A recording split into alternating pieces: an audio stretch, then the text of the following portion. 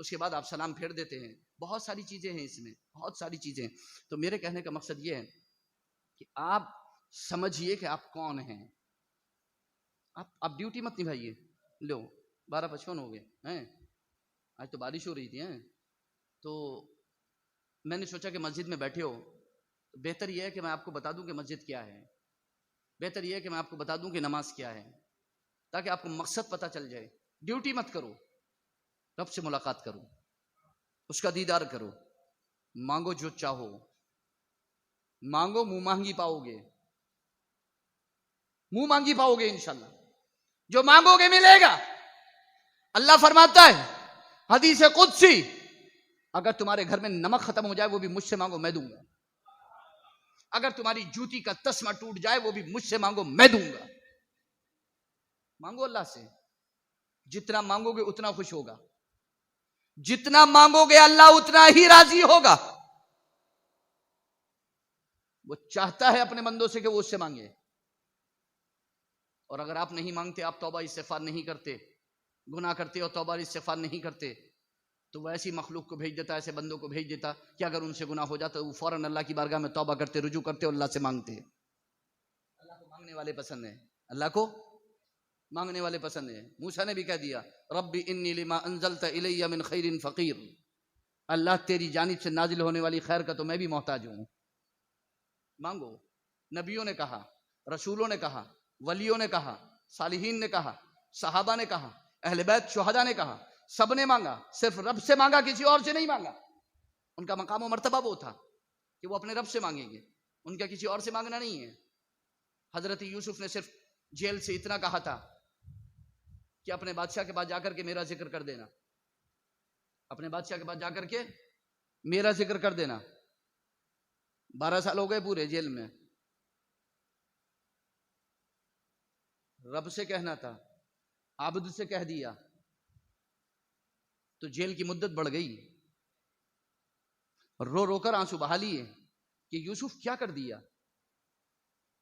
تیرے والد تو یہ کہتے ہیں اور تجھے تو یہ کہنا تھا انما اشکو بثی وحزنی الی اللہ، سارے غم سارے رنج اللہ کی بارگاہ میں. مومن کی شان وافوض امری الی اللہ، میں اپنے معاملات اللہ کے سپرد کرتا ہوں. امام شعرانی رحمۃ اللہ تعالی علیہ کے بیٹے علامہ امام شعرانی بہت بڑے مصر کے عالم، بہت بڑے ولی کامل عارف باللہ، اعلی حضرت ان کا نام لیتے ہیں تو 3 لائن میں وہ فرماتے ہیں ایسا عارف، ایسا ولی کامل، ایسا محدث، ایسا فقی، ایسا مفسر، ایسا اپنے وقت کا امام، ایسا مجتہد. فرماتے ہیں کہ بڑی خواہش تھی کہ میرا بیٹا پڑھ لے، بڑی کوشش کرتا تھا، بڑی محنت کرتا تھا کہ پڑھ لے، بہت کوشش رہی مگر اس نے پڑھ کے نہیں دیا. تب میں نے اپنے بزرگوں کا یہ اخلاق پڑھا، اپنے بزرگوں کا یہ کردار پڑھا کہ وہ خود کوشش نہیں کرتے بلکہ اپنے معاملات کو اللہ کے سپرد کر دیتے ہیں. اور ان کے اخلاق میں مجھے قرآن کی یہ آیت ملی وَأُفَوِّضُ أَمْرِي إِلَى اللَّهِ إِنَّ اللَّهَ بَصِيرٌ بِالْعِبَادِ، میں اپنا معاملہ اللہ کے سپرد کرتا ہوں، وہی بندوں کے حال سے زیادہ واقف ہے، وہی زیادہ جانتا ہے بندوں کے حال کو. فرماتے ہیں فجر کی نماز کے بعد میں نے یہ آیت کریمہ پڑھی کہ اے بیٹے میں تیرا معاملہ اللہ کے سپرد کرتا ہوں، اللہ تیرے حال کو زیادہ جانتا ہے، وہ درست کرے گا تیرا حال. فرماتے ہیں یہ کہہ کر کے میں تو پریشان ہو چکا تھا، بہت کوشش کر لی تھی، پڑھ کے نہیں دیا بیٹے نے. ولی کامل عارف باللہ، امام مجتہد فقی محدث مفسر، دنیا امام مانتی ہے، ولی مانتی ہے. اپنے بیٹے کے بارے میں فرماتے ہیں کہ میں ساری محنت، کوئی کوشش کامیاب نہیں ہوئی. فرماتے ہیں آخر میں نے اس کا معاملہ اللہ کے سپرد کر دیا. فجر کے بعد اللہ کے سپرد کر کے گیا تھا اس کا معاملہ، عشاء کے بعد واپس آیا تو میرا بیٹا کتاب لے کے بیٹھا ہوا پڑھ رہا تھا. اللہ کے سپرد کر دو، معاملات خود ٹھیک ہو جائیں گے. بندوں کے آگے ہاتھ پھیلاؤ گے، بندوں کے سپرد کرو گے، معاملات اچھے نہیں ہوں گے. رزق پہ نہیں رازق پہ نظر رکھو، اسباب پر نہیں مسبب پہ نظر رکھو، معاملات خود حل ہو جائیں گے. اللہ مجھے بھی توفیق عطا فرمائے، دارین کی سعادت و برکتوں سے مالا مال فرمائے. میں نے جس آیت کریمہ کو عنوان بنایا تھا وہ سورہ فصلت کی آیت نمبر 30 سے لے کر کے آیت نمبر 36 تھی. انشاءاللہ اس پر گفتگو کل ہوگی اور بہت ہی اہم ہے، کیونکہ میں بس اتنا بتانا چاہوں گا کہ کل انشاءاللہ ہماری گفتگو ہوگی، چاہے بارش پڑے یا نہ پڑے. دعا کریں گے اللہ تعالیٰ سے کہ پروگرام کے وقت میں بارش نہ پڑے. اور ہمارے پروگرام سارے کامیابی کے ساتھ نبٹ جائیں، کیونکہ بہت اہم گفتگو ہے. کل انشاءاللہ جو گفتگو ہم کریں گے تو وہ استقامت و اقامت پر کریں گے انشاءاللہ. کل استقامت اور اقامت کا معنی جب میں آپ کو بتاؤں گا اور صحابہ کی انشاءاللہ سیرت کو وہاں پر پیش کروں گا، تب آپ کو پتہ چلے گا کہ صحابہ کس چیز کے لیے زندہ تھے، میدان کربلا کیوں واقع ہوا، اور ہم کہاں کھڑے ہیں، ہم کون ہیں، ہم کیا کر رہے ہیں. کیا استقامت و اقامت سے ہمارا کوئی رشتہ، کوئی تعلق ہے؟ اتنے نوجوان یہاں پر موجود ہیں. خدا کی قسم آپ وہ لوگ ہو کہ پانی پہ چل سکتے ہو، ہواؤں میں اڑ سکتے ہو، چوٹیوں پہ پہنچ سکتے ہو، چوٹیوں پہ پہنچ سکتے ہو. تو آپ کو دیکھنا ہے، آپ نوجوان ہو، آپ قوم کا ایک سہارا ہو، آپ بہت کچھ دین کے لیے کر سکتے ہو، لوگوں کے لیے کر سکتے ہو، ملت کے لیے کر سکتے ہو، امت کے لیے کر سکتے ہو، مگر جب کہ مقصد کو سمجھ لو. اللہ مجھے بھی توفیق عطا فرمائے، دارین کی سعادت و برکتوں سے مالا مال فرمائے. آمین ثم آمین. استغفر اللہ ربی من کل ذنب واتوب الیہ وآخر دعوانا ان الحمد للہ رب العالمین. السلام علیکم ورحمۃ اللہ وبرکاتہ. مدینے کے زائر سلام ان سے کہنا، مدینے کے زائر سلام ان سے کہنا، تڑپتے ہیں تیرے غلام ان سے کہنا، مدینے کے زائر سلام ان سے کہنا، مدینے کے زائر سلام ان سے کہنا، تڑپتے ہیں تیرے غلام ان سے کہنا، مدینے کے زائر سلام. پھرے کب تلک در بدر بے ٹھکانے، کس سے جائیں ہم اپنے دل کی سنانے، پھرے کب تلک در بدر پہ ٹھکانے، کس سے جائیں ہم اپنے دل کی سنانے، تم ہی تو بناتے ہو کام ان سے کہنا، مدینے کے زائر سلام ان سے کہنا، مدینے کے زائر سلام ان سے کہنا، تڑپتے ہیں تیرے غلام ان سے کہنا، مدینے کے زائر سلام. اسی آرزو میں گزرتے رہے دن کہ پہنچے دیارے نبی ہم بھی لیکن، اسی آرزو میں گزرتے رہے دن کہ پہنچے دیارے نبی ہم بھی لیکن، نہیں ہے کوئی التزام ان سے کہنا، مدینے کے زائر سلام ان سے کہنا، مدینے کے زائر سلام ان سے کہنا، تڑپتے ہیں تیرے غلام ان سے کہنا، مدینے کے زائر سلام. الصلاة والسلام عليك يا رسول الله، الصلاة والسلام عليك يا قاسم رزق الله، صلى الله تعالى عليه وسلم.